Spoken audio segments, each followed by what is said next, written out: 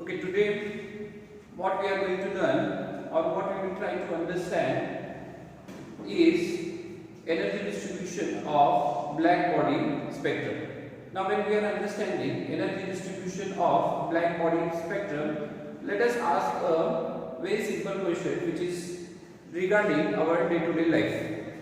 Okay, we have seen objects that are heated. When we heat an object, suppose I am heating this object.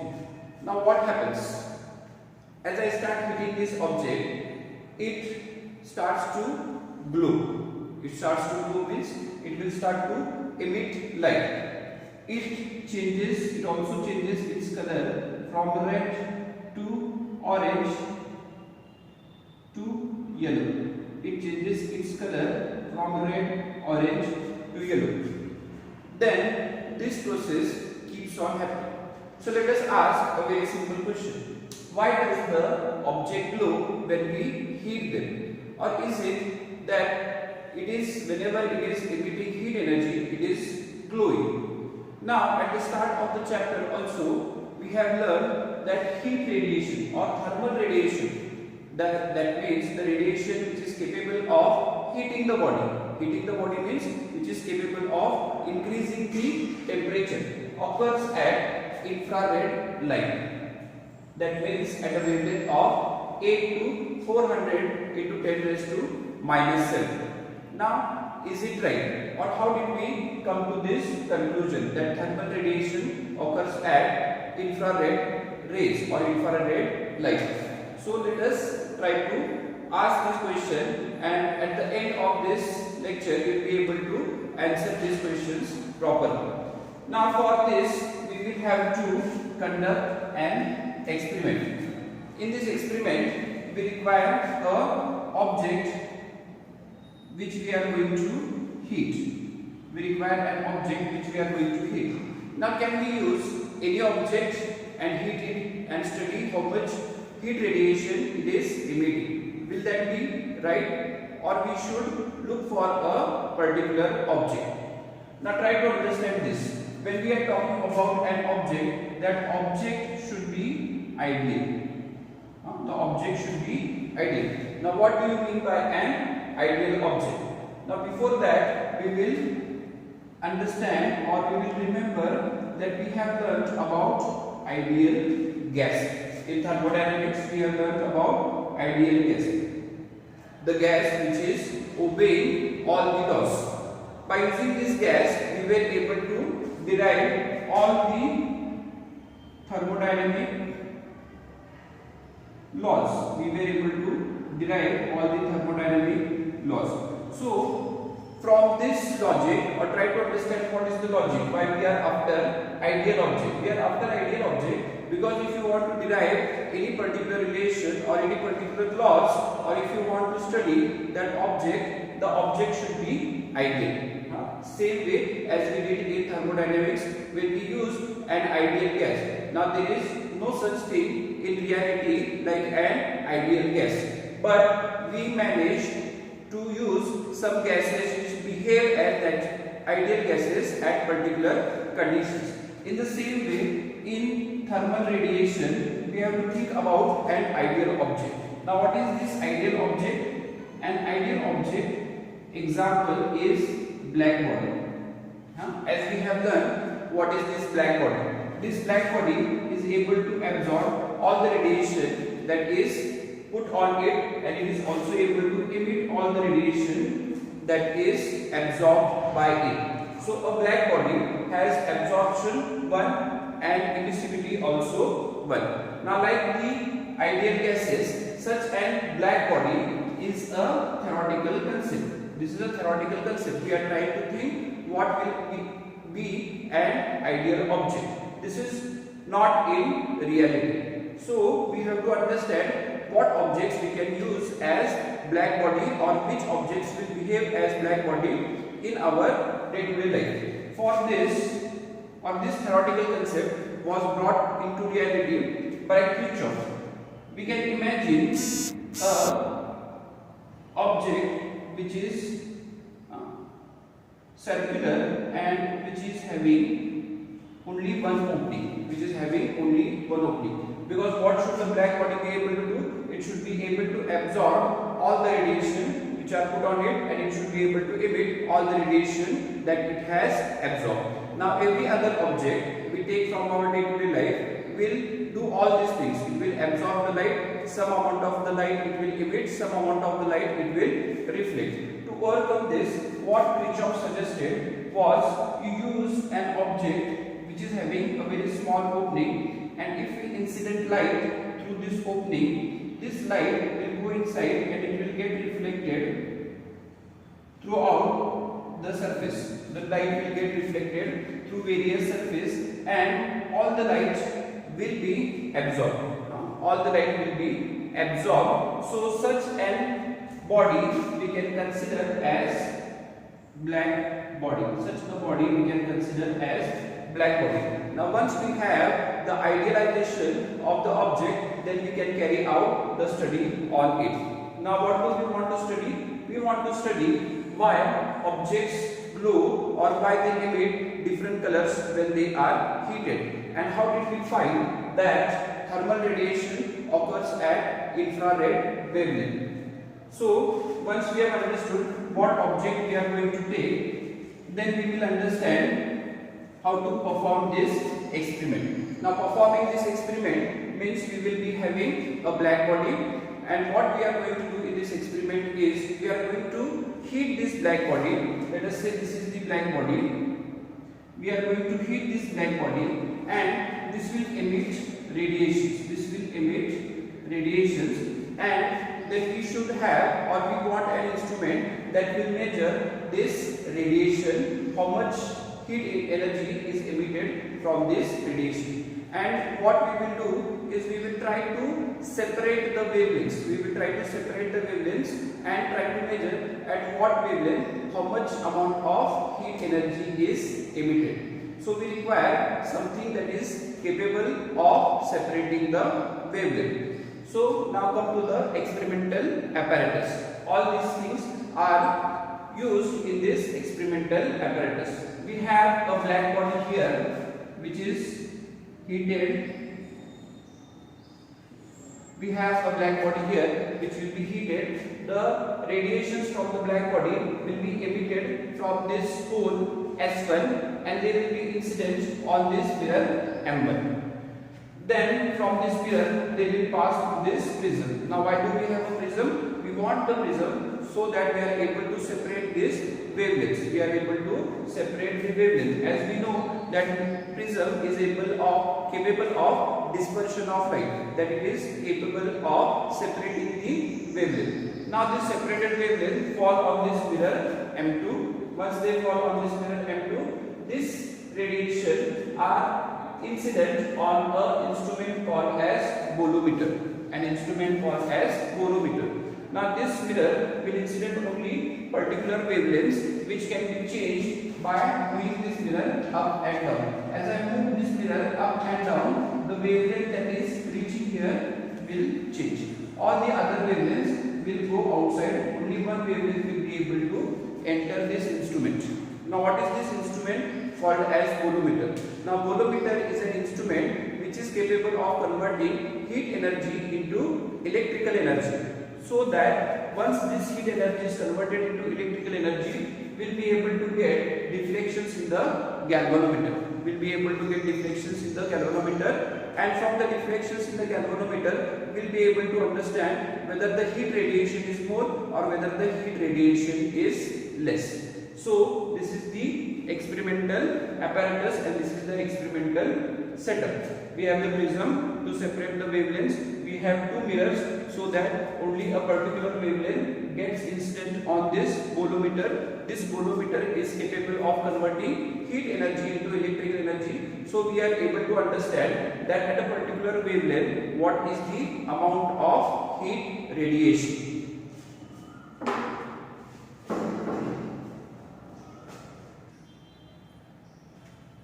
Okay, so when we do this experiment and when we plot the graph of wavelength versus the heat intensity that is measured by the galvanometer, then we will get a graph like this. Now this graph is measured at different temperatures. So what is done here? The black body is heated to a particular temperature, let us say 904 kelvins, and once this black body is heated at that temperature, the heat radiations will be emitted. They are passed through the prism. The prism separates this wavelength. A particular wavelength is allowed to pass through this bolometer, and the deflection is measured. The deflection is then plotted here for the particular intensity of the heat. So we get this kind of graph at different temperatures. So as we increase the temperature, we will get these curves. Now, what do we conclude from these curves? Okay, initially I had asked you this question, that how do we know that thermal radiation occurs at infrared region? By looking at this graph, we can tell why we are saying this. Now 904 kelvins means it is not a very high heated object. In this graph we can see this is the heat radiation and this is the wavelength. As we move from one wavelength to other, at every wavelength there is certain amount of heat radiation that is emitted. You can say this is ultraviolet region, this is visible region, and this is infrared region. So at all wavelengths there is emission of heat radiation. There is emission of heat radiation. But you will see that there is a particular increase in the infrared region. There is a particular increase in the infrared region. That is why we say when the object is at room temperature, or when the object is not heated at a very high temperature, we can say that it is emitting heat energy maximum at infrared region, in the infrared region. It is also emitting heat energy at other regions, that is ultraviolet region, visible region, but most of the heat energy is emitted in infrared region. So we are able to answer the second question. From this, one conclusion I can make is this heat radiation is not uniformly distributed. This heat radiation is not uniformly distributed. As you can see, first as we increase the wavelength, the heat radiation increases, and as we come to the infrared region, it becomes maximum, then it decreases. So heat radiation is not distributed uniformly with respect to the wavelength. Okay, second conclusion what we can make from this is, as we increase the temperature, there is a particular wavelength, lambda m, where the heat radiation is maximum. This particular wavelength is called as lambda m. As I increase the temperature, you can see this lambda m is going behind and behind. It is coming more in the visible region. It is moving behind. Okay, this phenomenon is also called as Wien's displacement law. What is getting displaced? As I increase the temperature, the lambda m means what? The wavelength at which maximum heat energy is emitted. This wavelength moves backwards and backwards. So we can say that temperature and this lambda m has inverse relation, because as I increase the temperature, the lambda m moves backwards, or lambda m decreases. See, lambda m is moving backwards, that means it is decreasing. That means there is an inverse relation. Excuse me. There is an inverse relation between temperature and lambda m. So I can write temperature into lambda m is equal to some constant. So I can write temperature into lambda m is equal to some constant. Then another conclusion. So from this we can understand why objects glow. Try to understand this. As I increase my temperature, so as you start heating the object more and more, it starts to become red, and then orange, and then it becomes yellow. You also see the sun as yellow. That is because as you increase the temperature, the wavelength or the region at which maximum heat energy is emitted moves backward and backward. So when we heat objects more and more, they become glowing, or they glow because the heat energy is emitted more in that region. The lambda m moves backward. The third conclusion we can draw from this graph is, as we increase the temperature, the energy, the heat energy increases for all wavelengths. As I increase the temperature, the heat energy increases for all wavelengths. Suppose you move from 904 kelvins to 1259 kelvins. You can see at every wavelength the heat energy that is emitted is more. Before it was from here, if we take, it was this. Now at the same wavelength, when I increase the temperature, it becomes this much.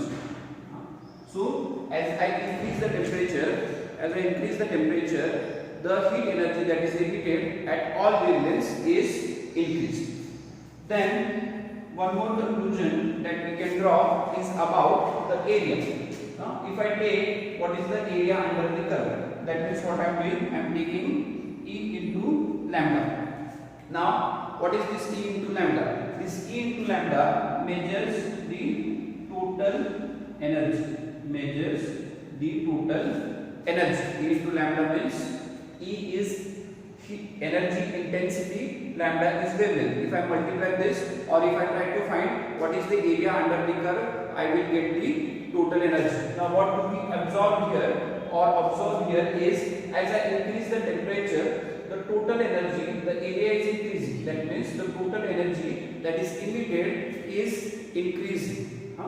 So I can say there is a direct relation between total energy, that is total heat energy, and temperature. As the temperature increases, the total heat energy also increases. This relation is given by Stephen's law, that is total energy is directly proportional to 4th power of temperature. So if we try to find out what is the power to which this temperature is raised, or what is the exact relation between energy and temperature, what we are going to get? We are going to get Stephen's law, that is sigma into T raised to 4. So from this graph we are able to answer some very basic questions from our day-to-day life. What are these questions? These questions are, why does an object glow when it is heated? Why does it glow? It glows because when you heat the object, the maximum heat radiation moves backwards, or it decreases in wavelength. That is why an object starts to glow, and it changes colors because that maximum wavelength continues to move in backward direction. So you move from red, orange, yellow, blue, and so on. It will keep on moving as you increase the temperature. Second thing we understood is that heat radiation takes place not only in the infrared region. What is the region? It takes place maximum, that is infrared region, but heat radiation occurs at all wavelengths. But at all wavelengths it is not uniformly distributed. At lower wavelengths it is less, but at infrared region it is maximum, and then it decreases. This statement is true only when we are talking about objects which are at low temperature. But if you are talking at an object which is at very high temperature, 1000 degrees Celsius or 2000 degrees Celsius, then maximum heat radiation will occur in the visible region. So the statement that thermal radiation occurs in the infrared region, this statement is applicable only for objects which are at room temperature or slightly higher temperature. This statement will be not applicable for objects which are at very high temperatures. They will be emitting radiations at heat radiations at maximum heat radiations at different temperatures. So we conclude this part, and this was about distribution of energy for a black body spectrum. Thank you.